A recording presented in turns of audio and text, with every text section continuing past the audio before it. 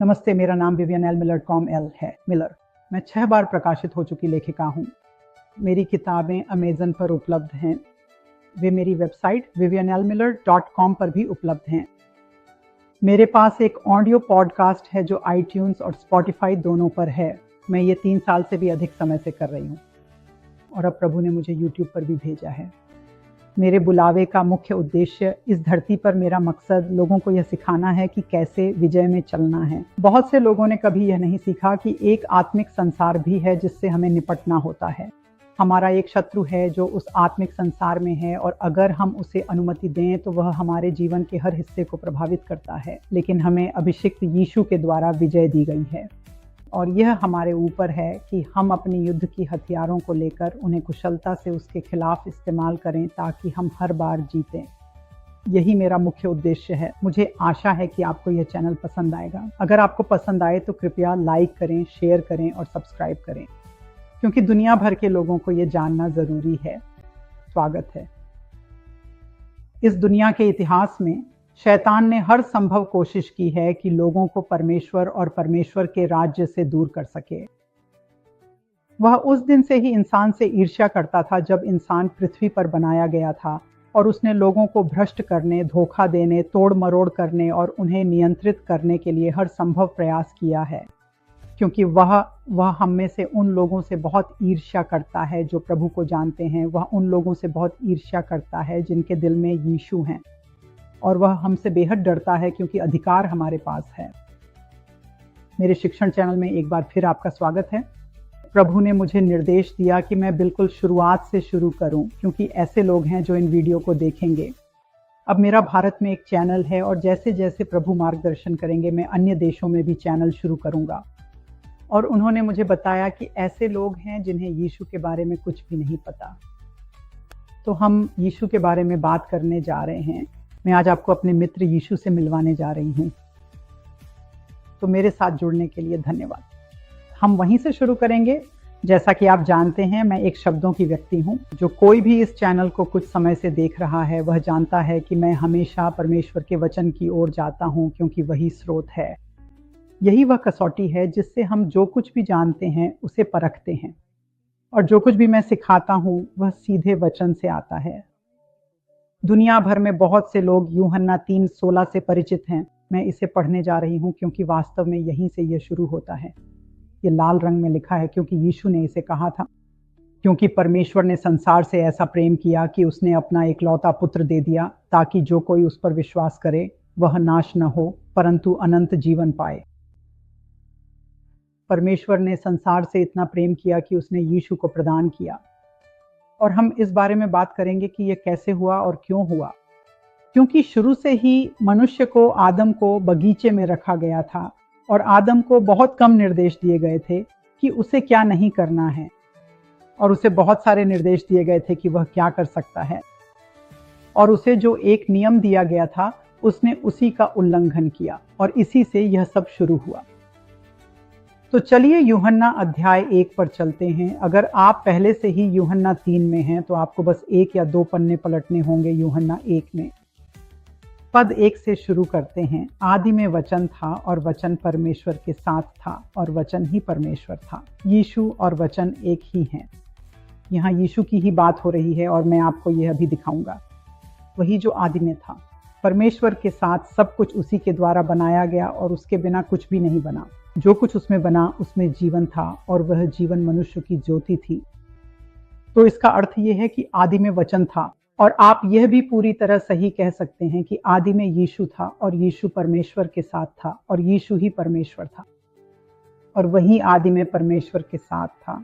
यीशु आदि में परमेश्वर के साथ था। सब कुछ यीशु के द्वारा बनाया गया और यीशु के बिना कुछ भी नहीं बना। जो कुछ यीशु में बना उसमें जीवन था और वह जीवन मनुष्यों की ज्योति थी, जैसा कि पद 14 में लिखा है। यह सिद्ध हो जाता है जो मैंने अभी कहा जब मैंने इसे दोहराया। धन्यवाद। यह पद 14 में सिद्ध होता है, और वचन देहधारी हुआ और हमारे बीच में वास किया और हमने उसकी महिमा देखी, जैसे पिता के इकलौते की महिमा जो अनुग्रह और सत्य से परिपूर्ण था। यीशु और वचन एक हैं जब आप परमेश्वर का वचन बोलते हैं, और हमने इस विषय में मेरे चैनल पर बहुत चर्चा की है आप मेरी प्लेलिस्ट में जाकर सुन सकते हैं, क्योंकि जब आप परमेश्वर का वचन बोलते हैं तो हमेशा जोर इसी पर होता है कि परमेश्वर का वचन बोला जाए। आप यीशु को उस स्थान पर ले आते हैं और शैतान के पास कोई बचाव नहीं है। उसके पास वास्तव में कोई भी बचाव नहीं है। वह यीशु को कभी हरा नहीं सकता। वह हमेशा शायद मैं इस पर अपनी अगली कक्षा में विस्तार से बात करूंगा, लेकिन वचन कहता है कि एक समय उसने यह तय किया कि वह अपना सिंहासन परम प्रधान से ऊपर स्थापित करेगा। वह अपना सिंहासन उत्तर की ओर रखेगा और स्वयं को परम प्रधान से ऊपर रखेगा। और क्योंकि उसने ऐसा किया, उसके पास वो हमेशा से भगवान बनना चाहता था। शैतान हमेशा से भगवान बनना चाहता था और उसने इस दुनिया को अपने नियंत्रण में करने के लिए हर संभव कोशिश की है। वह इस संसार का देवता है, जैसा कि 2 कुरिन्थियों में लिखा है। मेरा मानना है कि यह 2 कुरिन्थियों 4 है। वह इस संसार का देवता है, लेकिन वह इस पृथ्वी का देवता नहीं है, और क्योंकि विश्वासियों का इस पृथ्वी पर होना है, वह कभी भी पूरी तरह से नियंत्रण नहीं कर पाया जैसा कि वह अब करना चाहता है। चीजें बदलने वाली हैं और जब वह नियंत्रण करेगा तो सब कुछ बहुत जल्दी गड़बड़ हो जाएगा, क्योंकि वह केवल मार सकता है, चुरा सकता है और नष्ट कर सकता है। बस यही वह कर सकता है। वह सृजन नहीं कर सकता, वह निर्माण नहीं कर सकता, वह वृद्धि नहीं कर सकता, वह नहीं कर सकता, वह किसी भी चीज में जीवन नहीं ला सकता। मैं यिर्मयाह 29 को देखना चाहता हूँ। पद 11 से शुरू करते हैं।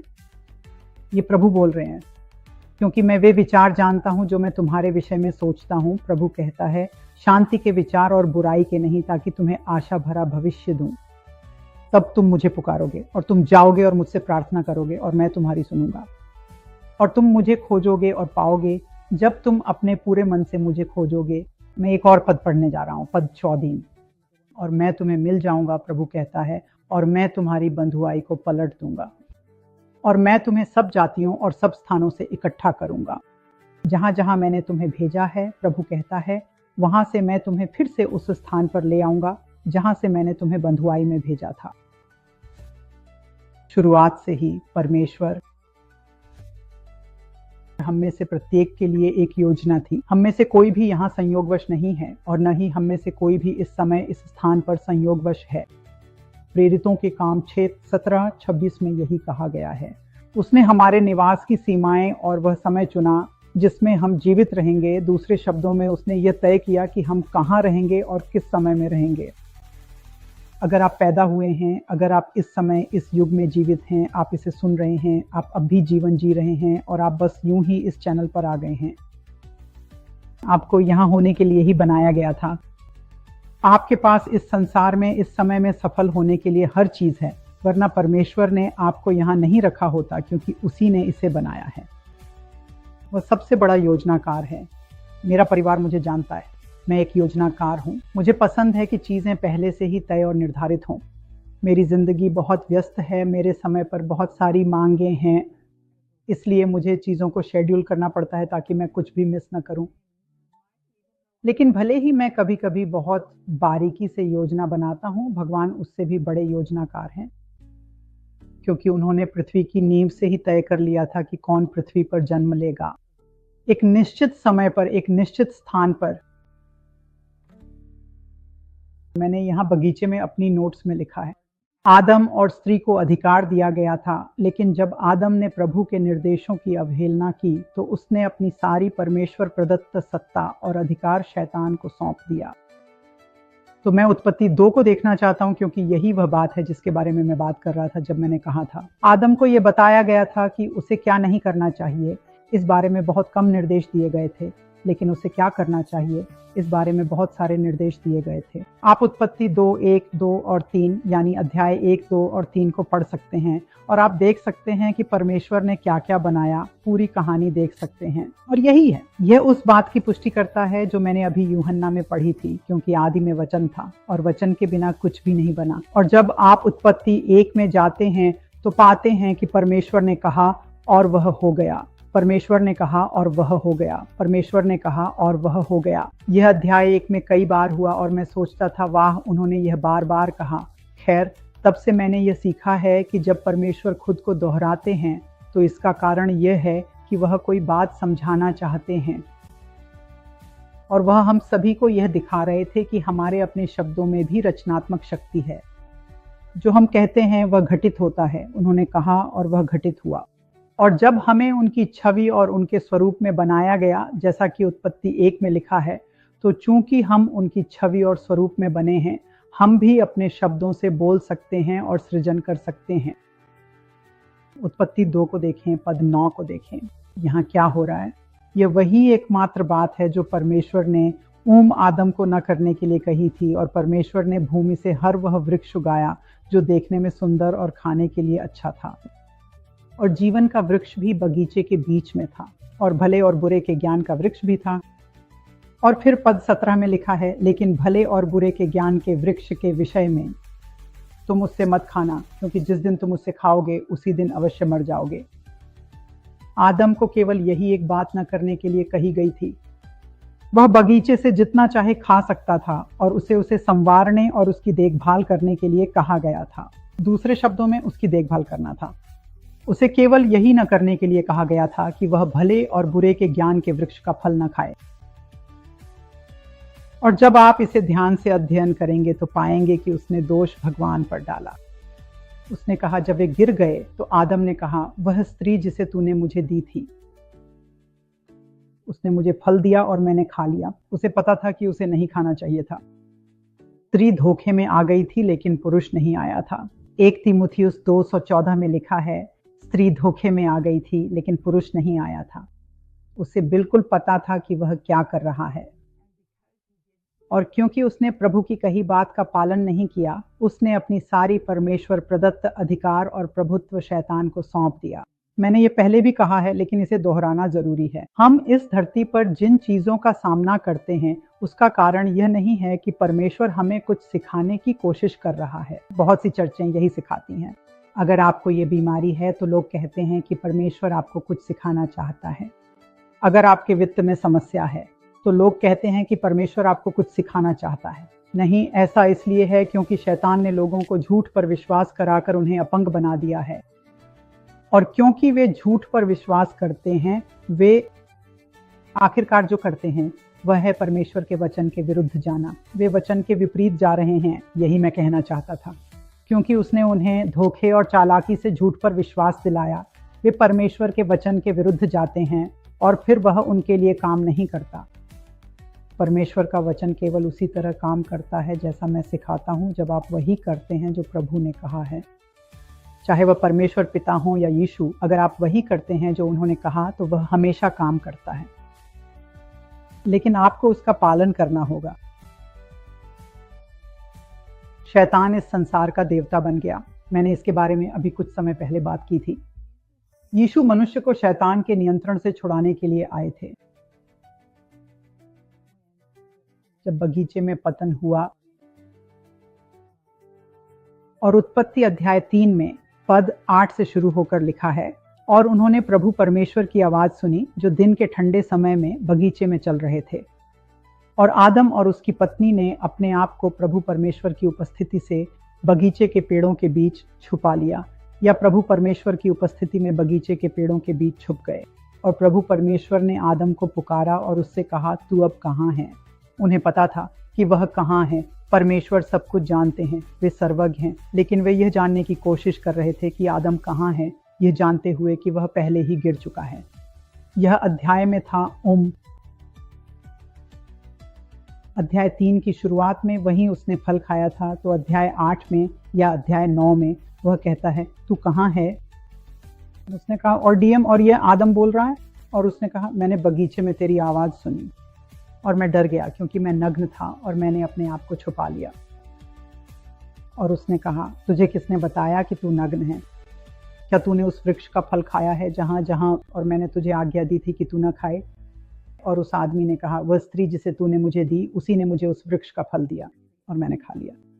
और प्रभु परमेश्वर ने उस स्त्री से कहा, यह तूने क्या किया? और स्त्री ने कहा, सर्प ने मुझे बहकाया और मैंने खा लिया। तो हुआ यह कि आदम जानता था कि उसे फल नहीं खाना चाहिए था। स्त्री को शायद पता नहीं था कि यह आदम की जिम्मेदारी थी कि वह उसे यह बात बताए। जब उसने आदम को फल दिया, उसे बस इतना कहना था, नहीं, हम ये फल नहीं खा सकते। प्रभु उसने फल खा लिया, अब मैं क्या करूं? लेकिन उसने ऐसा नहीं किया, वह आगे बढ़ा और फल खा लिया। जैसे ही उसने यह किया, उसने परमेश्वर को निराश किया और अपनी सारी सत्ता और अधिकार शैतान को सौंप दिया। और यही कारण है कि हमें आज तक इस बुरे हालात का सामना करना पड़ता है, क्योंकि उसी क्षण पृथ्वी पर श्राप आ गया था।